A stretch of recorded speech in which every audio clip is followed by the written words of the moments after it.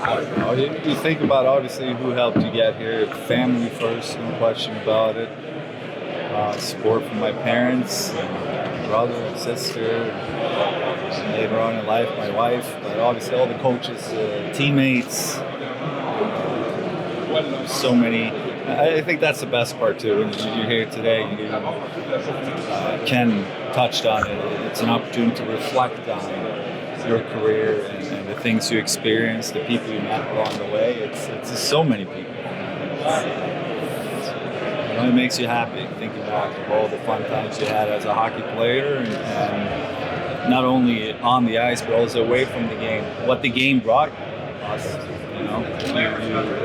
you managed to reach a level where you could live your dream and playing in the NHL, and I'm just so extremely grateful for that. I don't know if you realize, but not many athletes can make it in New York for some reason or another. The pressure. Why did it work for you? I don't know. I feel like the passion I had and still have for the game of hockey really helped me stay focused on what I needed to do. I think in New York there's a lot of distractions, anything from the pressure, but also the energy itself of the city. But when you have that passion and determination, I think it helps you stay the course, and it definitely helped me. What's it like? Is there a moment that stands out in your mind being a Ranger? To me, that first training camp, when you realize you're here, it felt like a mountain to climb. You're here, but still, it's a lot of work to not only get the spot, but to keep it. But that first year, getting into the league, and I think every player in this league experienced this, where you get an opportunity to play against your idols. Because 10 years earlier, you're watching TV and you're watching all these great players, and then one day it happens when you get this opportunity to play with them or against them. And that is such a cool feeling. And finally, could you just describe what it was like, the love you got from the fans of the game? Yeah, playing in New York, a big part of why it was so special was the support from the fans, and I loved it.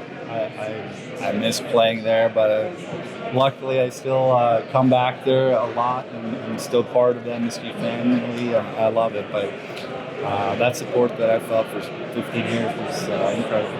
Henrik, what's it like to know that you're gonna have your face is going to be on these walls with so many of these other great players, along with the Sedins who went in last year with Alfie as well? Yeah. I think the more time I'm going to spend here this weekend, the more I'm going to realize how special it is. It's almost hard to, really understand the full picture here. But already coming here last night, and now start enjoying this weekend with friends, family, and be here today feels really, really good. You spoke about getting that call. You must have known the call was coming. Like, were you just being thrown off by the Spain coming up? Yeah, well, I knew if it's happening, I knew what time, sort of. It was between 7 and 8, if it was on a Wednesday. So I thought about it during the day, but then I kind of forgot about it, and then the phone rang, and it just didn't make sense, where caller ID, right? So,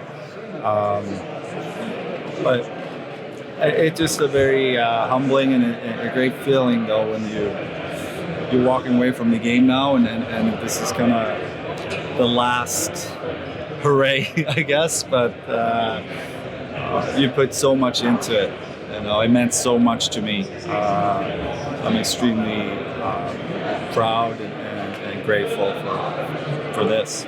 You saw your photo up there. What'd you think when you saw your photo? Yeah, you know what? I'm going to take a moment and just walk around and see all the other names and faces around here. It's again, you need some time to take it all in, but it's great. And also this week an opportunity to get to know the other inductees and a couple other goalies too. So it's a cool experience. And you already mentioned 2006, the Turin Olympics. Feels like a lifetime ago, almost 18 years ago. But how well do you remember that final against Finland, the 3-2 game?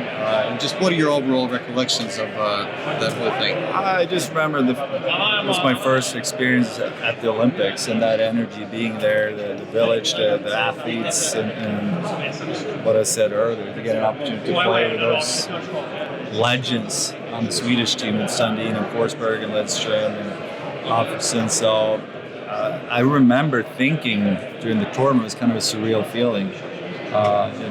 5 years earlier, I was watching on TV, and it was a dream to make it, right? So, but the game itself, I don't remember much, to be honest. I remember the finish, which was intense. How much do you think the whole international career, obviously you've played in a bunch of international tournaments, how much do you think that contributed to you standing here right now? I don't know. Obviously, it was a big part of my career. I feel